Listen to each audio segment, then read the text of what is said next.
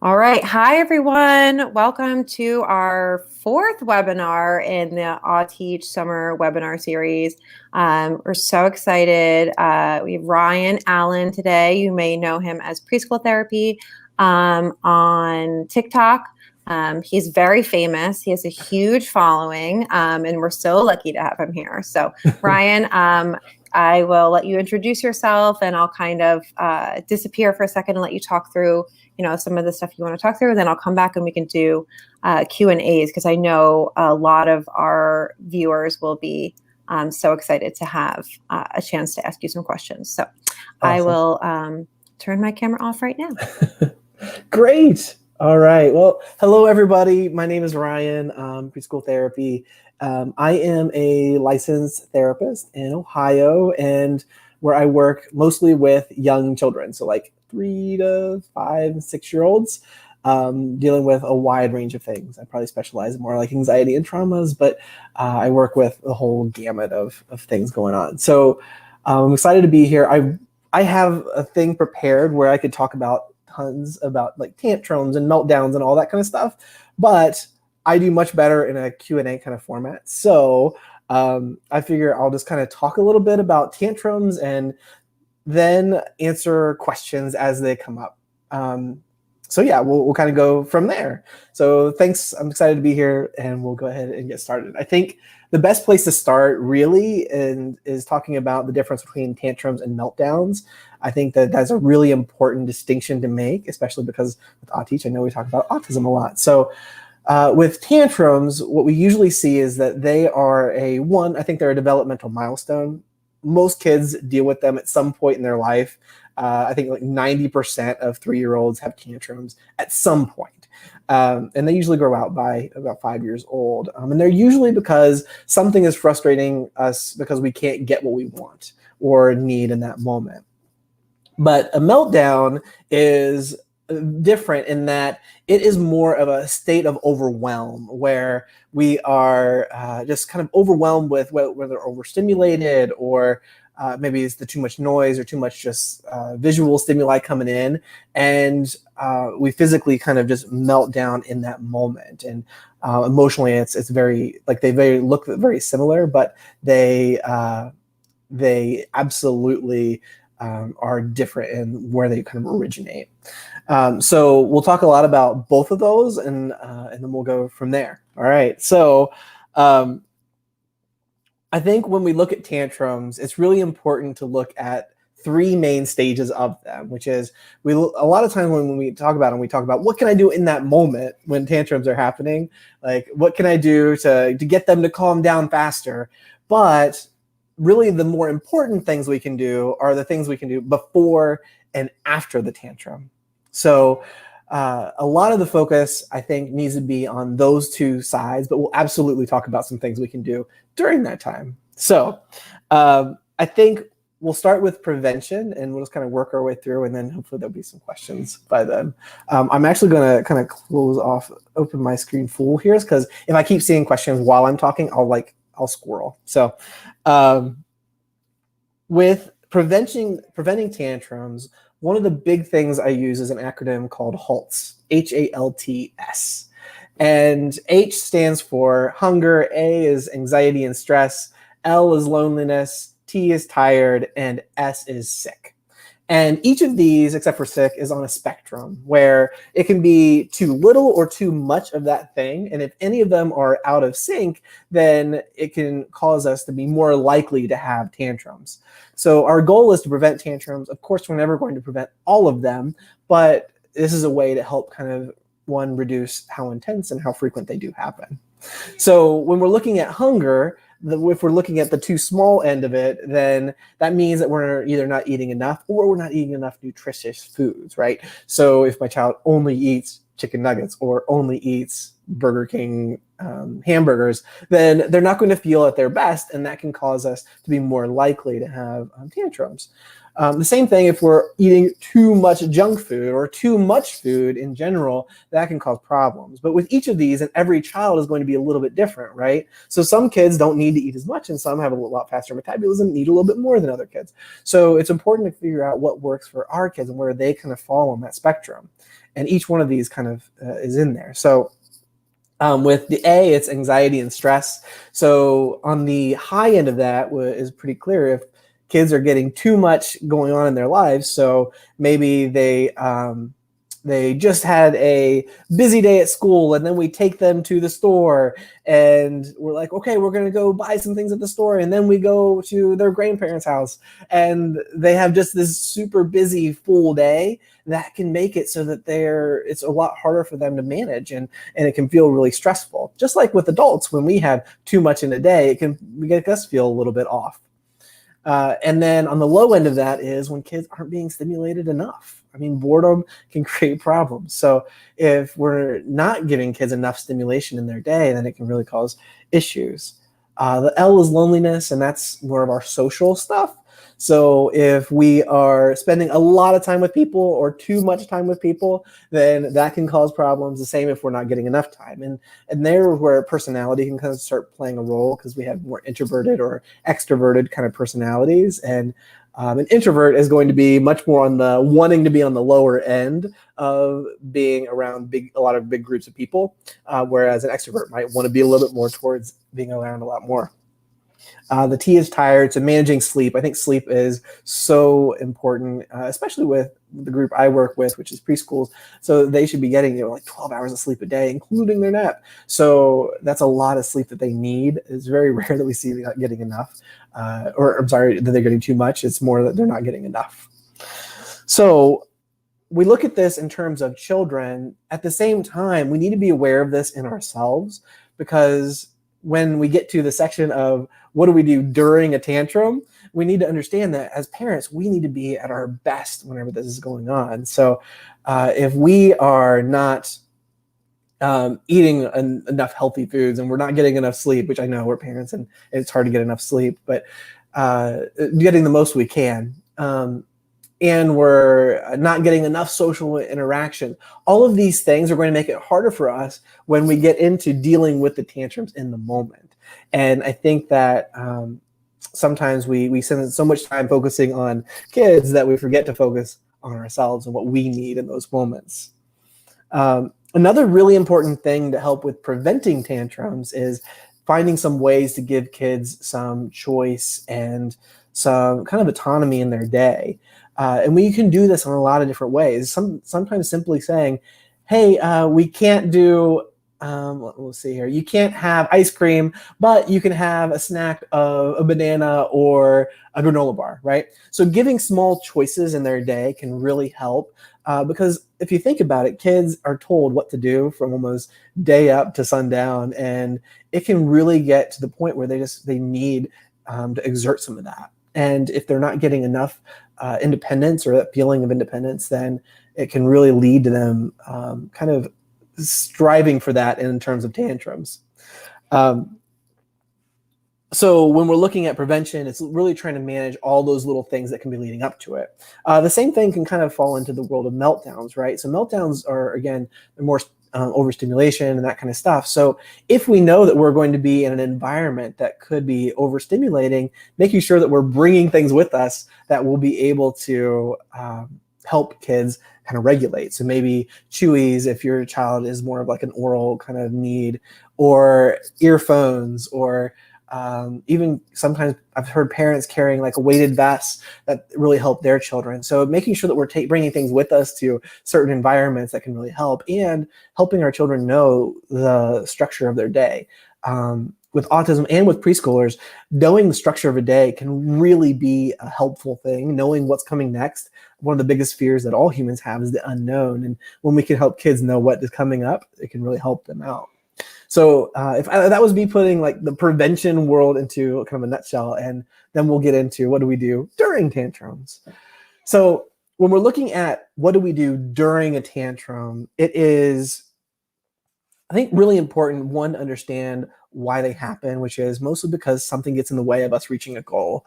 And children get so frustrated and they don't have the communication skills to be able to say what it is that they want or need, or to solve that problem. And as a result, it comes out in this just ball of emotion.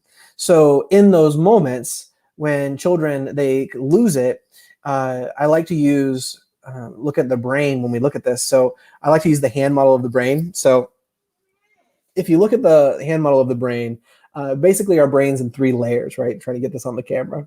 So the bottom layer here, this is the part of our brain that just manages all the stuff that we don't have to think about, like our balance and our temperature. And you're all breathing right now, I hope. Take a deep breath if you aren't. This is all the things that we don't have to think about. The next part is, if we tuck our thumb in, this is our limbic system, and this is the part of the brain that controls a lot of our survivalistic stuff, our fight and flight response and all of that. This is where a lot of our emotions live. And then the last layer is, if we wrap our hand down, that is our cortex. And that's the part of the brain that controls our logical thought and thinking ahead. And when children, they lose their emotions, what ends up happening is they flip their lid. And then their cognitive brain, which is already underdeveloped because our brain doesn't finish developing until 25. So if you have a 3-year-old, they're not done developing, for another 22 years, then their brain is not fully there. So anyway, their brain flips and all logical thought really shuts down. So that's why it seems like when we try and talk to them logically or rationally in that moment, like, dude, it's just a red cup. Why are you so upset about the red cup? It's really because in that moment, logically, it's almost like talking Spanish to somebody who only speaks English. It just is not going to meet, and it's actually going to make them feel even more irritated. So that's why it's really important to focus on ourselves and how we're being present in that moment so that we can help children with their emotions. So what ends up really happening in these moments is kids are actually borrowing part of our brain to help themselves regulate, which is why it's so important for parents to stay calm. And I say this a lot, but it's a really hard thing to do, because when children are really feeling big emotions, it brings up a lot of that stuff in ourselves. So basically, we're having to carry their emotions, and deal with them in the moment while we're also trying to manage the situation. And that's really tough for parents. So learning how to name your emotions and cope with them in the moment not only can help you, but it also models it for your kids. So sometimes when I'm in sessions with kids and we'll be doing something that's really anxiety provoking, like a Jenga game or something like that, right? And as the blocks are about to fall, I'll start to be like, ooh, I'm feeling really nervous, and I'll start to kind of rock, and maybe I'll take a deep breath. And it's not because I'm trying to get them to do it. It's because I'm trying to really regulate myself in that moment. And by doing that, usually what I see happens is kids start to do it in themselves. So by modeling it and regulating ourselves, usually that helps kids start to be aware of themselves. So that's why I think the number one tip during tantrums is staying calm, identifying with the feelings first. And then once they've started to regulate, then we can start talking about how we solve the problem. But it's really hard to solve a problem when somebody isn't in a logical state of mind. All right. So that takes us into the next step, which is, what do we do after tantrums? And I think that this is the most important part of tantrums in general. And that's because afterward, we can look at what was it that caused our child to have the tantrum, and what skill might they need in order to help them be able to better manage that? Or what can I do as a parent in order to help prevent it from happening in the future? Now, we can't and really shouldn't prevent all difficulties in children's lives, because the other important part of tantrums is that they teach kids that I can feel really deep emotions, and that I will end and I'll be able to get through it. So we don't want to make their lives so sterile that they don't deal with anything, but we can also make it sure that if we can make it at a more manageable level. So if they were around too many people, maybe instead of having a group of 10 kids come over, it might be 1 or 2, right? So looking at what we can do after the tantrum, what we can teach them, what ways we might be able to prevent it, and then also looking at how did I deal with it, and looking at what I might be able to do in the future in order to be able to deal with it better, to, again, be able to, 1, help my child more in that moment, and 2, be able to get them through this in a way that is helpful for everybody, really. So again, I think that looking at tantrums, the before, the during, the after is a really important piece of this. And the more we can really start to kind of look at it from the outside, the more we'll be able to manage these situations. All right, so I'm going to get off the full screen here and see if there's questions coming up here. That is, again, everything that I could have talked about. And I could probably go into even more detail in each one of those steps. But I see that there's lots of questions over there. Yeah, so many questions. People are so excited. So I, appreciate so much, and it's so much echoes, how I talk about the same things, and I think that, we have similar interests in Dan Siegel. I see. Yes, absolutely. So Beth asked, for a very picky eater, would vitamins help some? She will lick new foods but not eat them. This is a fairly common thing that happens on right. I think that, well, one, I think obviously talk to your pediatrician first, but I think that vitamins can help make sure we're getting the nutrients that we need. I think there's the looks at can nutrients change mental health difficulties is still kind of in the early phases of being looked at, in research wise. But I don't think that it can necessarily hurt, right?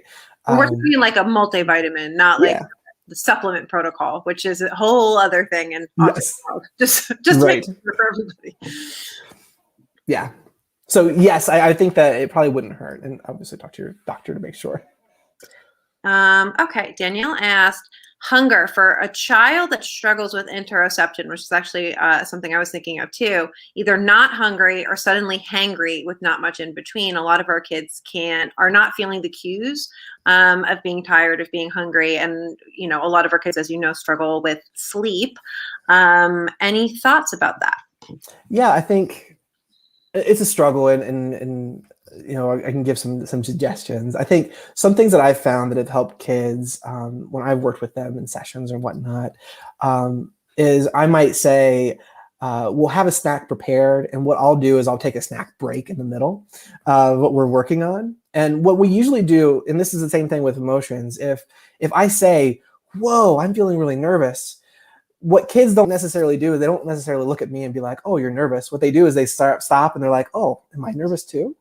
So by saying, okay, I'm hungry, I'm going to grab a snack real quick, what kids might do is be like, oh, am I hungry? Right? And then might be able, because it gets us out of that power struggle too of saying, all right, hey, you need to eat, and then being like, I'm not hungry. And that causes its own issues, right? Another thought on that too is one of the things that works pretty well at my house is like Pediasures, like that, especially during those things, if it's like a really no eating time, because it can be really hard sensory wise, especially for kids in that time. So like, if you need like calories, like it's okay to supplement, but definitely talk to your pediatrician. Yeah, absolutely. Okay. Beth asked, do chores help? I write how I talk to.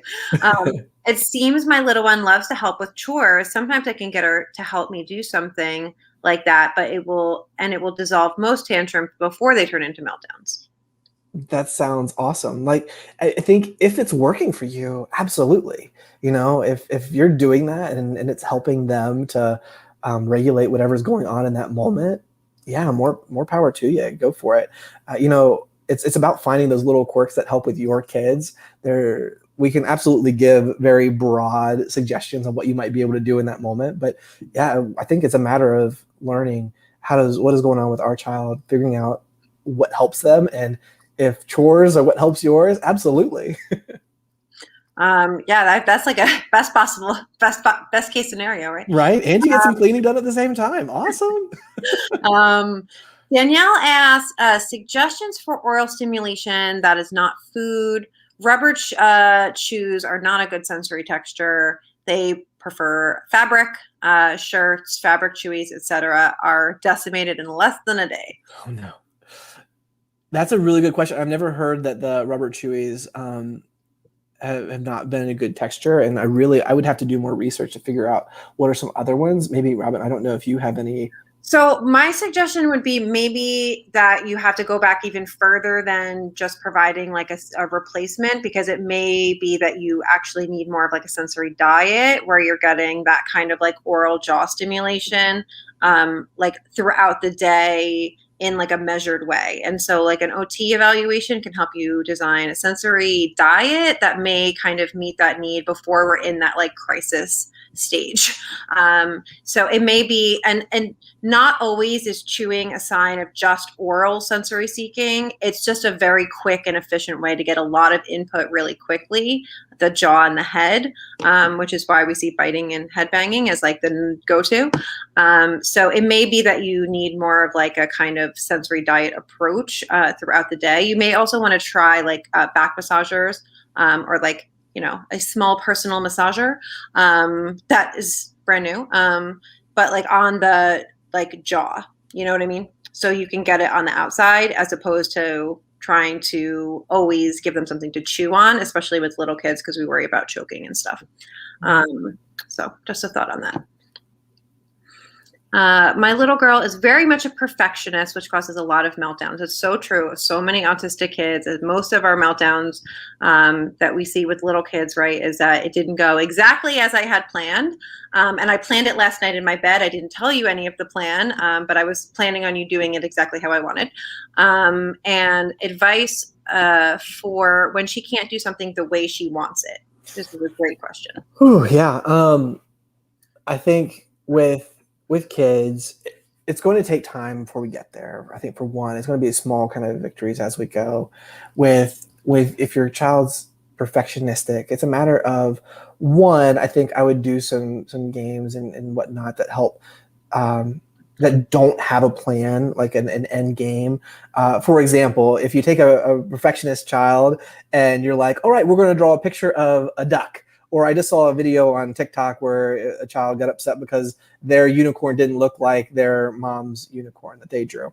And if we say that this is the end result, then it can be really hard. But if you can try and help them get some flexibility, what you might do is like a combined group picture. So for example, I'll add one thing to the picture and then you have to add another thing to the picture. And I like to do it in a way that I'll be really outlandish with it. Like they draw a tree and then all of a sudden I'll draw like a dragon getting ready to eat the tree, right? So trying to make it so that they can kind of learn some of that flexibility. I think that that's one way to do it. Two is making sure that when things aren't going to be able to go that way, because just like you said, Robin, with their schedule, they have a plan of what it's going to look like, and it just doesn't look like that. I think one is trying our best to let them know what the schedule of the day is, and even having them even give some input into it if possible. And that could be even like the start of your day, looking like, look, this is what we're going to do with our day. And also in these moments when it doesn't go well is doing those steps that we were talking about with the tantrums. Like, all right, let's talk about first staying calm, regulating, and then once they've calmed, then we can learn how do we teach them this skill? What do we need to do in that moment? How do we get them to understand that some things are okay? Maybe it's you draw a picture and you purposely make a mistake on your own picture just so you can model what it's like. For example, saying, "Oh man, I totally didn't mean to draw the horn like a swirly," and that's disappointing. But you know what? I can make this work. And what you're doing there is you're modeling how they can handle it. Love that. Danielle asked, best tip to stay calm in the middle of a tantrum. And then also I had a kind of related question maybe we could kind of talk together about.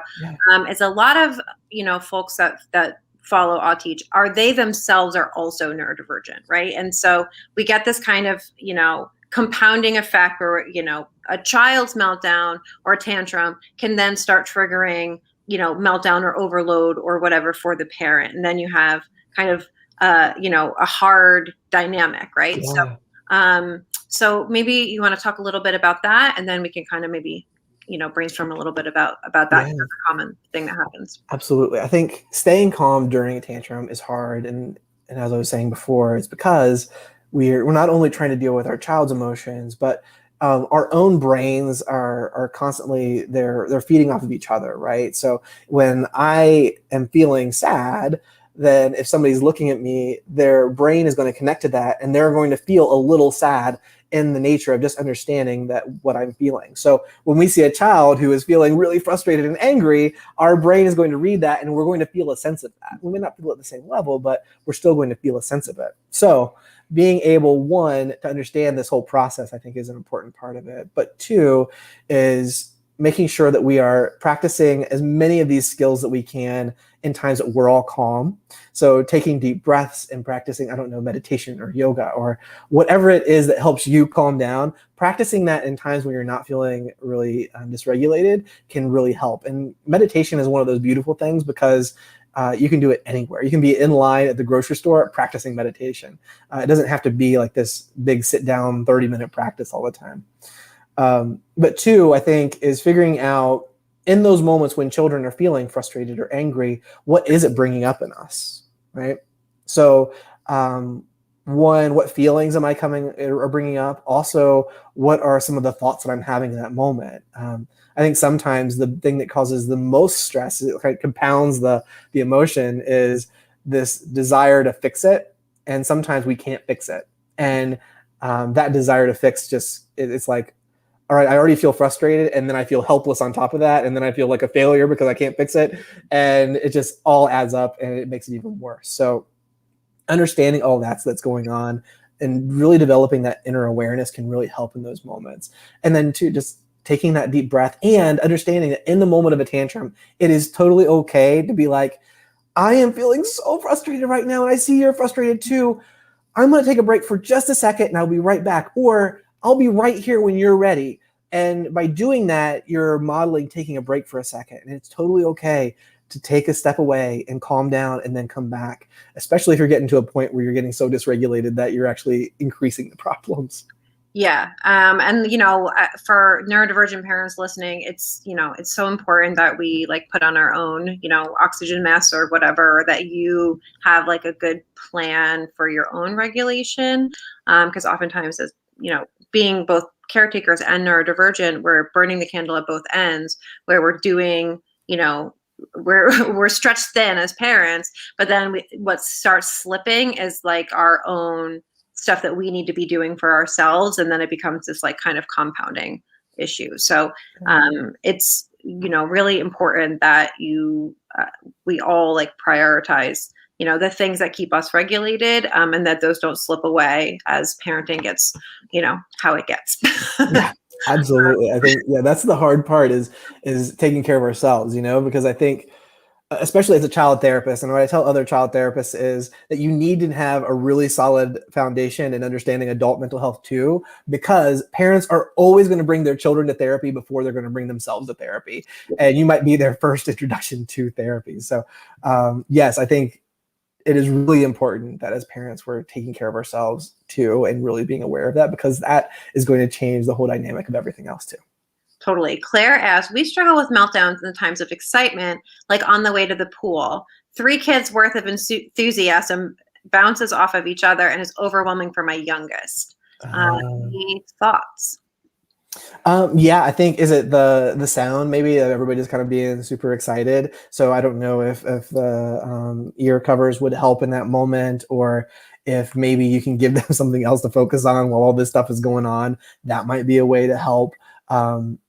I think it might even be that I'm trying to think of how you might even be able to direct that excitement that everybody's feeling in a way that may not feel as overwhelming. So maybe you say, all right, little Tommy, what are you most excited for at the pool? And they can say what they're wanting to do. And then you say, okay, how about you, Shirley? What is your most, and then it's maybe one at a time might help reduce instead of everybody at once, which can also, it can feel very. Or everyone silently draw a picture of what they're going to do at the park.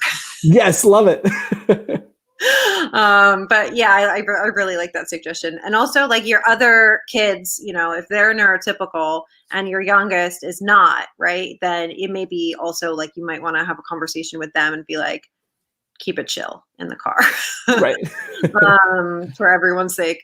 Claire had a really good suggestion.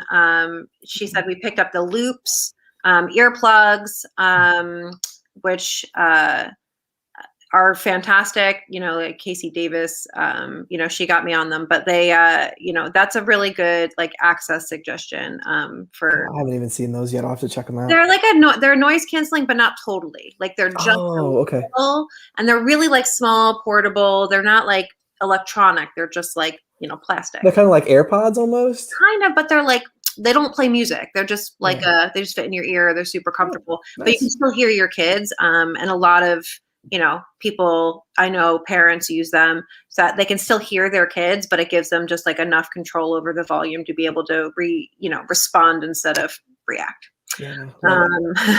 So that dreaded advocate says, can you address meltdowns due to grief? Whew, that's a deep one. Yeah, it's deep. Right. We'll try and maybe just give a couple tips and then. Yeah, I think it's hard. I think grief is its own thing, and it's really hard, especially when kids are having to deal with it even for the first time. I think one is doing what you can to help with the grief is probably going to be what is most important there, is focusing on that, because probably what's happening, and the best way that I've ever heard of grief being described, and I think this meme kind of made a round around the social media things, is basically if you imagine that you have this big square room and there's a button on the wall, and there's this giant ball in the room as well, right? And every time that the ball hits the button, it causes you to feel all this grief just the same way as if it had just happened the day before, right? And over time, the box gets bigger. The grief never really gets smaller, but the box can kind of get bigger. So the button doesn't get hit as much, but eventually it gets to the point where it's very rarely hit. And maybe it's just hit during anniversaries or birthdays and stuff like that, right? So I think one is making sure we're helping kids through the grief. Child-centered play therapy is a fantastic way to help kids with grief, if you can get them to a therapist. There's a couple great books about grief. The Invisible String is probably one of my absolute favorite children's book ever made. I also have another one that I just got here, which is, I think, what's it called? When Someone Special Passes Away or something like that. I'll find it eventually. But yeah, I think that's another book that can help with it.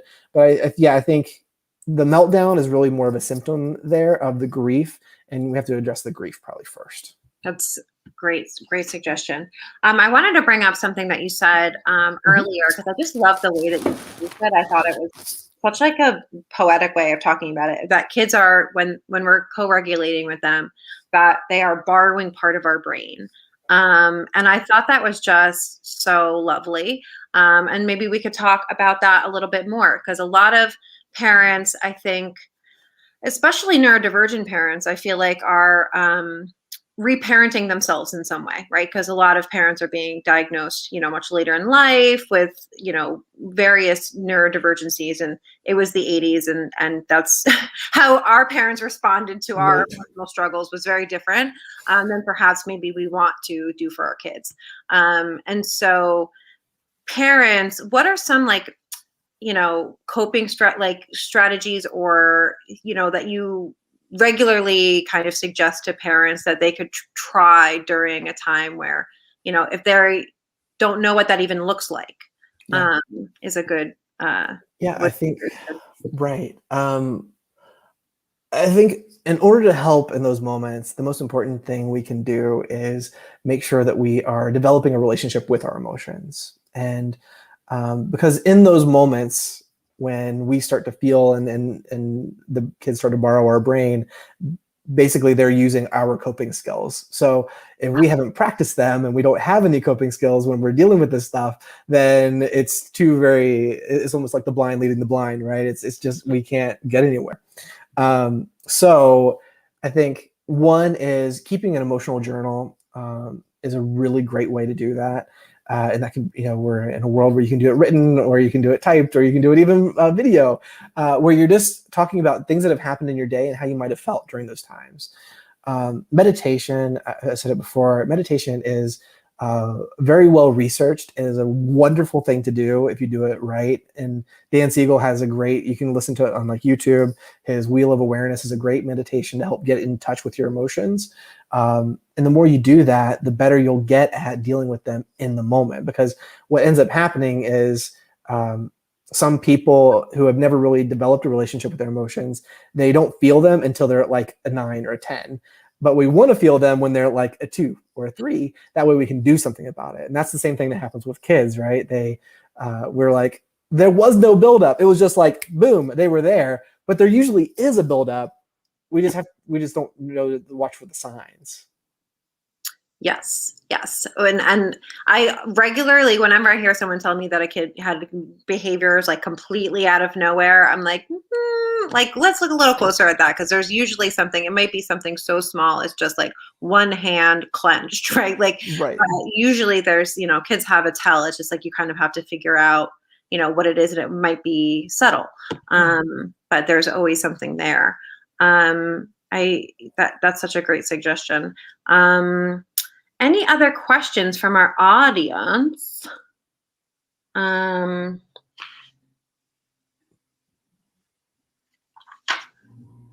See if anyone has any more questions. If not, did Kat have a couple of questions over there? Let's see. My cousin is 3.5 and nonverbal. They get really frustrated without communication and headbang. PEX has been decided, non-negotiable, but it's been used with hand over hand, and this scares me. Do you have any tips? Okay, let me just read that one more time just so I can kind of process it myself. 3.5 and nonverbal, okay. Frustrated without communication, headbang, okay. Decided. I'm not familiar. What's PEX? PEX is it's an acronym for Picture Exchange Communication System. Okay. So it's like, it has a methodology that goes with it, and you start with like preferred, with like requesting preferred things, and then they add like non-preferred things, and it has a whole like system to it. But I think in some cases they do, to teach it, they do a lot of like full physical prompting, or otherwise known as hand over hand. I understand. Yeah. So any tips, and then if not, I can kind of. I would probably do a disservice if I tried to answer on that one. One of the things you might want to suggest is hand underhand, because if they do need it modeled, which is like possible, and that is kind of part of PEX, and you're going to go with a kind of like harm reduction approach, especially because it's your cousin. You may suggest to the parents that maybe they want to do that prompting with hand underhand. The difference being that if you're hand overhand, the child can't revoke their consent or have someone holding their hand. Whereas if you're guiding them with their hand on top of yours, they still have some autonomy to move their hand away. So that's a kind of like easy replacement that still accomplishes it. So you might want to suggest that. Just a thought. Someone said, are we talking tantrums or meltdowns? Because they are so different. They're different. Both. Yes. A little bit of both. You can do some of the same things for both. But yes, meltdowns do usually require a little bit of different kind of strategies, right? So I think the number one thing for meltdowns sometimes is we have to get them out of whatever's overstimulating them in order to help be able to regulate. Whereas tantrums, we're trying to kind of get through the emotional storm. Yeah. Any tips for a child biting themselves when they're mad? Yeah, so that might be one of those oral sensory kind of things. So maybe trying to replace it with a chewy or something like that, that might be able to help them kind of figure out a different way to get it. Also, giving them another way to express that they're mad is another important piece there. So maybe if it's a picture that they can point to that say they're mad, or they can say, you just give them the words, tell me how mad you are, and then show me how you can show you're mad. So maybe it's they stomp their feet instead of biting, right? So you can try and give them a different strategy that might be a little bit helpful. But if it's a sensory piece, then yeah, maybe that like a chewy would really help.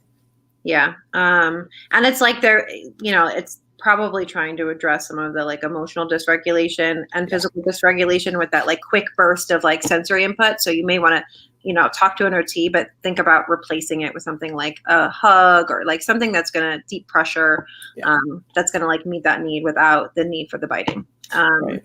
Yeah. I like to use biting, I guess. Yeah. I like to use the flip it script a lot for this kind of stuff, where you identify the feeling, you set a limit, and then you inquire on what they can do instead, and then you prompt them to do something else, right? So it might look like, I see how mad you are. Again, Shirley, I see how mad you are, Shirley. And one of the things we can't do is bite ourselves. What else can you do with your mad? let them try and answer it. They usually, at first, they won't have an answer because they don't know. And then we prompt them some ideas. Maybe you want a hug, or maybe you want to, the creator of it says, scratch your feet, or maybe you want to blow bubbles, right? So you just start offering different ideas until you figure out kind of the domain that they need, right? So hug would be that sensory, that deep physical touch. Bubbles would be a breathing thing or play, whereas it might be that they want to stomp their feet, which is physical movement, right? So once you kind of get into the right area, then you can kind of figure out, okay, what's the specific thing that they might help them. But using that acronym really usually helps me whenever I'm trying to figure out replacing behaviors. Love it. Danielle said, suggestions on explaining to siblings about autistic meltdowns and how they can help. 4 boys, all neurodivergent, youngest recently diagnosed autistic. The siblings know, but they don't really get it. Any thoughts? I think, again, I just because it helps me to read it first. So she's not explaining. Okay. So yeah, I think it's sometimes it's hard because kids don't always grasp what it means. There's a lot of adults that don't really grasp what it means, and that's where it can be really tough. So I think what I just usually say is that, some brains just work a little bit differently. And whenever they're feeling really big emotions, it can feel almost like an explosion, almost like a volcano. Maybe you find something that you can compare it to that maybe they'll understand. That might be a way to help, but yeah, it's kind of tough. And Robin, you may probably have better suggestions there too. Yeah, there's some really good resources for explaining about autism. I can, I've done some TikToks about it, but I can definitely add that to the list. And, it may be because your kids are young. It may be during a meltdown that you kind of just have a very clear, safety plan, and that you just are following that. And maybe they don't need to understand everything, but it's, it's a, time for you to go into this room, or this is the plan when this happens. And then as they get older, they can kind of, wrap their heads around what's going on, and you may want to talk to them individually.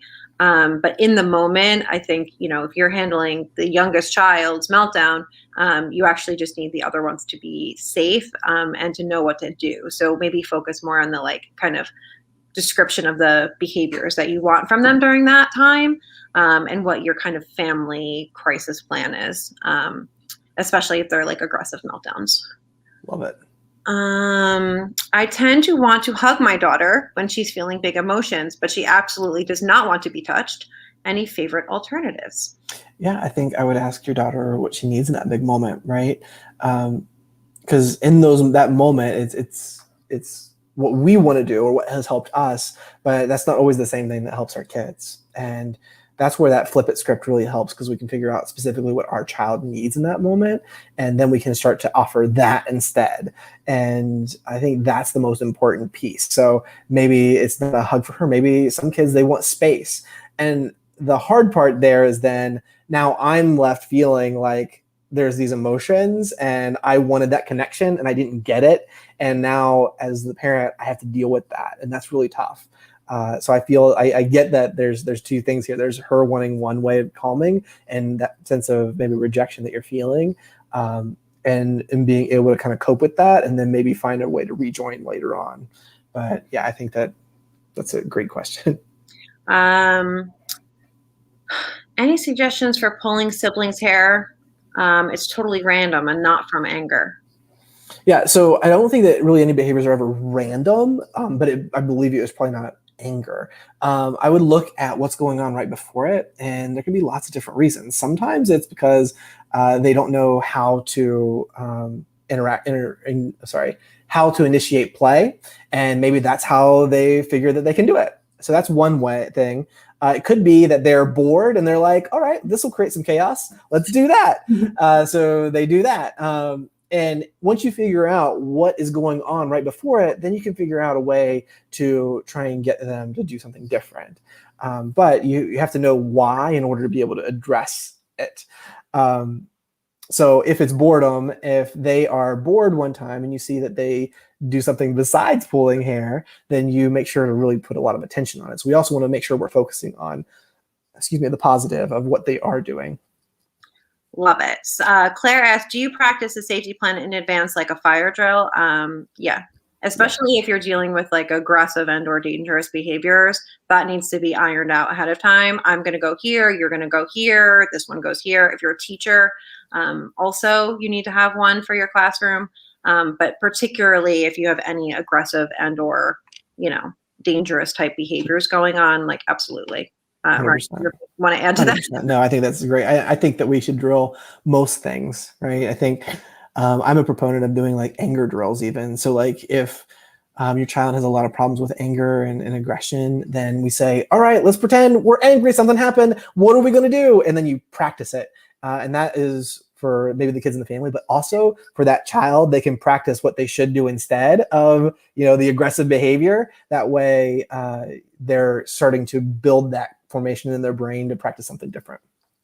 Love it. All right. So last question we have, and then we had one more somebody sent me privately. I heard the question of explaining to siblings about, but what about explaining to autistic children that they are autistic?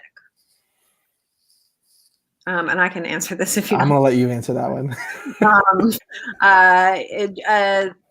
You got to just do it. So if your kid is young enough, you almost don't even have to make it a sit down, let me break it to you kind of conversation. It can just be casual, you have a special brain. That's the language we use in my house. And your special brain is different and it makes you unique. And these are some things about your special brain. You have really big feelings, kind of talking about that. If your kids are older, you may want to kind of lead in with, how you like blank and not everyone else likes that, or how you really like Thomas, like a lot. Well, there's a name for that. It's called autism, blah, blah, blah. Here's some famous autistic people. And like, just keep talking about it, like almost like too much, like the world will tear them down. So you have to build up in your house that is like normal and acceptable and like fine and like nothing to be ashamed of. And it often starts with the parents not feeling ashamed, right? So for you understanding that, and feeling okay about it, to be able to talk about it like that. So that work kind of starts on yourself too. All right. And then one last question. Mm-hmm. How do you know when it's time to get your kids into therapy? Particularly the type of therapy that you do. I get a lot of questions about therapy, and I recommend play therapy all the time, especially because so much of our kids are recommended kind of strict behavioral therapy. And we would love to see more kids in play therapy. Yeah. And especially if you have kids that are nonverbal or difficulty communicating, like what would be some signs that it would be time to? I think if you're concerned, it never hurts to go and talk to a therapist and say, hey, this is what's going on. And I'm wondering if therapy would help. And most therapists are going to tell you, hey, yeah, therapy is going to help you here. Or no, it's probably not to the point where you really need it, but it might help. But I think the main thing that you're usually looking at is it creating any kind of problems? So if it's causing issues at home or at school or between siblings, in those cases, it never hurts to get a therapist to get involved and start to work with them and help resolve some of those things. For even if it's a really mild problem, one, it can help keep it from growing bigger, but two, get a good therapist that they really connect with so that they have a really good first interaction with it, so that later on, if they do need it, that first was a success and they're more likely to do it in the future. Love it. Thank you so much for being here. I just want to make a couple quick announcements for everybody who is listening. We do have a parent training offered in the fall. Make sure to check that out. Also, we just posted an open letter about the reversal of the ban of the device that they were using to do electroshock therapy at the Judge Rottenberg Center. So we have some action items on our website. So definitely check that out and, get involved in any way that you can. And join us next week for another webinar. We have Casey Davis, Domestic Blisters, is going to be here. And again, Ryan, thank you so much. I've been, looking forward to talking with you. I love your content so much. So I really appreciate it. It was a lot of fun. Okay, amazing. Bye. Bye, everyone. Bye.